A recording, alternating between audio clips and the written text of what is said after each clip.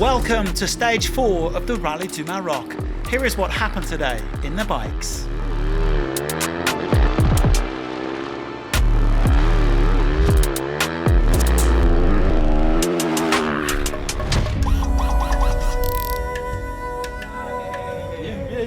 Today was the day that Nacho Cornejo finally broke his long drought. The Chilean returning to the bivouac with his first win for the Hero Motorsports team.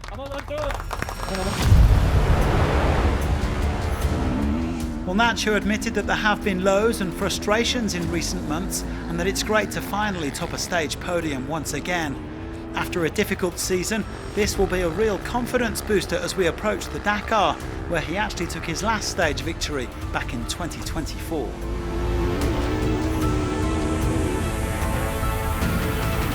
Yeah, very special, honestly. The first one with Hero Motorsports, first stage win since I joined them. So really happy. Thank to them to back me up and have patience for me to adapt to the bike. I'm really happy to bring a stage win for the team.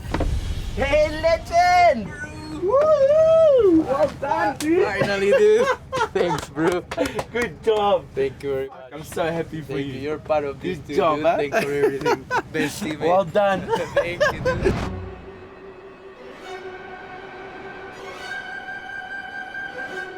But today, all eyes were of course on the two overall hopefuls, Daniel Sanders and Tosha Schareina, who soon came together in the dunes.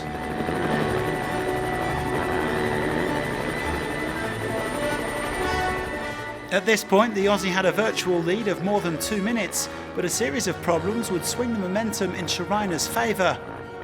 Sanders choosing to attack rather than defend and making some uncharacteristic errors that cost him precious minutes. The world champion not happy with his performance.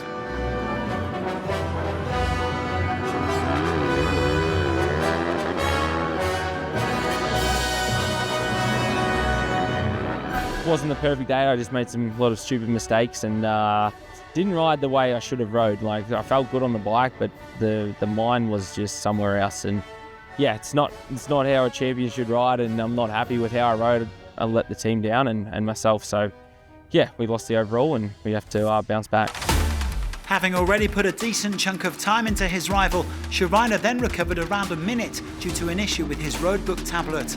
By the end of the day, the Spaniard's lead was up to 2.5 minutes, and he'll be able to follow Nacho's lines tomorrow. Yeah, for sure, full focus for tomorrow. But yeah, I will start second, he will start at fourth. So we'll see, you never know. I think Nacho, as always, he will open so good. So we'll see, but let's go. Cornejo taking it ahead of Schareina, with Breivik, Sanders and Adrian van Beveren making up the top 5. It's now Tosha's to lose. He has a solid lead going into the 5th and final stage.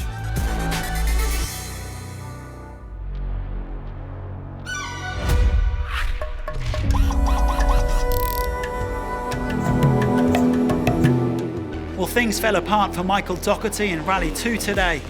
The South African made an early navigation mistake and never recovered, finally losing more than 25 minutes. He began the day only 40 seconds behind the overnight leader Edgar Canet, but he slipped down to 3rd place overall.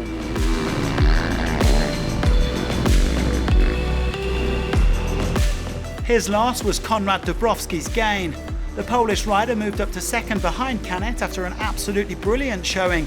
He won the stage in Rally 2 and finished as the 6th fastest biker overall. It's no easy thing to be a privateer in Rally Raid, and it makes the victories taste even sweeter. We make our fortune, and we have to find sponsors, and it's a battle every year to be at every round and fight for the titles. So I'm really happy to put my KTM on amongst the factory bikes and fighting with the fastest riders in the world. Dąbrowski taking his first W2RC stage win outside of Abu Dhabi, with Canet about 3.5 minutes back in 2nd. The young Spanish star goes into the final day with a gap of 16 minutes. He is heading for overall victory and the World Cup title.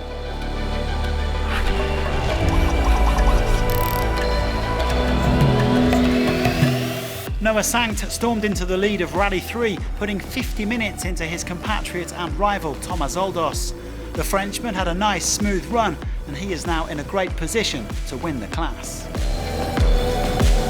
Well, the end of the stage was fast, even if I was limited to 130 kilometers an hour.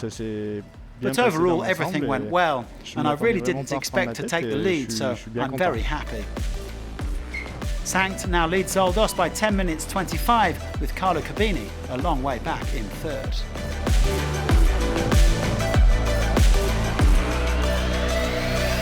Here are the Stage 3 highlights in the bikes. Wait, we've done the bikes in the ultimate class.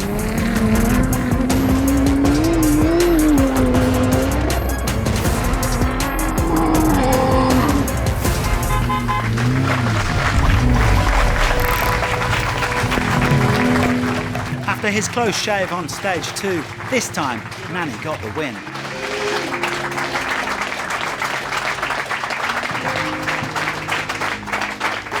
All of you guys, this victory, it's for all the job, from all the dust that you have here on the camp, but yeah, thank you. Well done from your job and to have this extra car.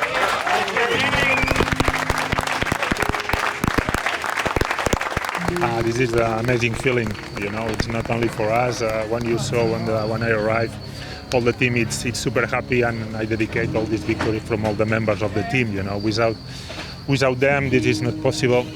The guys work hours and hours in here on the dust, in the night, during the day with the hot conditions. This means that it's amazing.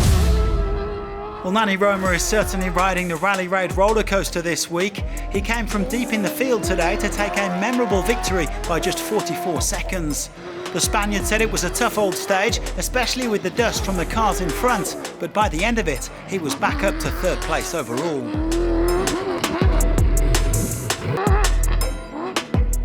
Another satisfied customer was Mathieu Serradori, who has been very consistent this week. The Frenchman finally suffered his first puncture of the rally today, but says that shows the sturdiness of the new CR7. He was 6th and sits 6th overall, but he's gunning for the top 5. Now, João Ferreira was flying at the start, and despite a minor navigation mistake, he was pushing hard for the stage win. With 23 kilometers to go, he was just 9 seconds down on Roma, but then disaster struck, a mechanical issue that forced him to slow down and lose more than 7 minutes. He slides down a place to 5th overall. Unfortunately, it's racing, you know. We're trying to get closer to the podium or the top positions. It's what it is, it's tough.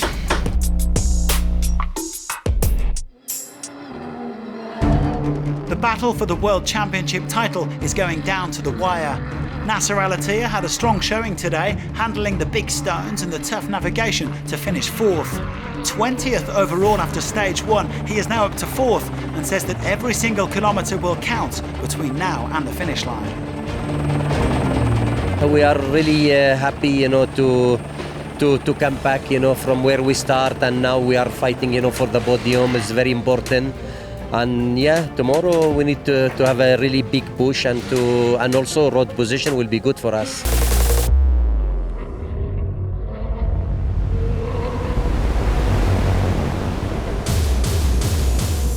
Lucas Moraes was targeting the win today, but he didn't take too many risks and finished 3rd, only 13 seconds quicker than Al-Attiyah. Virtually, he's just 2 points behind the Qatari in the overall W2RC standings. Tomorrow, it's winner takes all. Today, I was a bit too careful with the car in the rocks. I couldn't push a little more. But you know, when you are fighting so close like that, you always think about the car, the machine, to keep in one piece. So yeah, we'll see. We'll go for it and hope for the best to win the championship tomorrow. But it's Sebastian Loeb who still leads the rally after another superb showing today.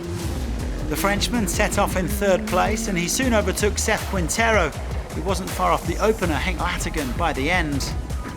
Loeb has over 3 minutes in hand as he targets a first overall victory since Andalusia in 2022. has been really close today in the stage. Nani won the stage with 45 seconds approximately ahead of me. Moraes is just 13 seconds behind, and Nasser 25, so it's really close after 300 kilometers of stage. So it's a big push, everybody is pushing hard, and we will need to continue like that tomorrow. Well, as Loeb said, there was little to separate the fastest drivers today. 1 minute and 10 seconds between the top four. Latacan lost some time opening and came fifth. With Moraes second and Al-Attiyah fourth, the championship is on a knife edge. Tomorrow will be unmissable as we see how it all shakes out.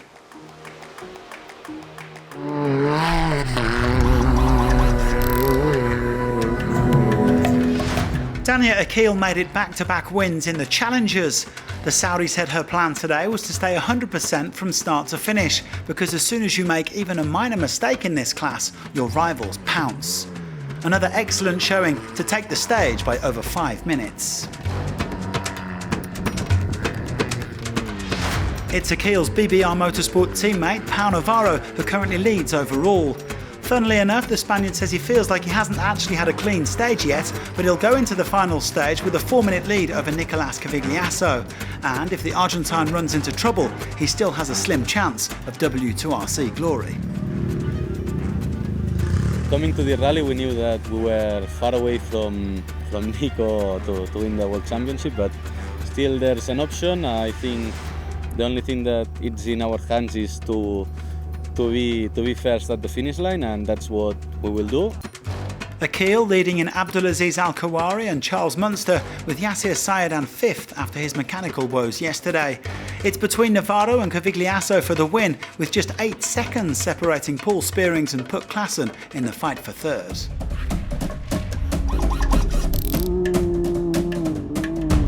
The Can-Am factory team continued their domination of the SSVs. Hunter Miller was third today, and he also sits third overall. Not bad for a man who's only driving in the dunes for maybe the 5th time this week. The American is only 34 seconds behind his teammate, Chaleco Lopez, who got a bit lost today.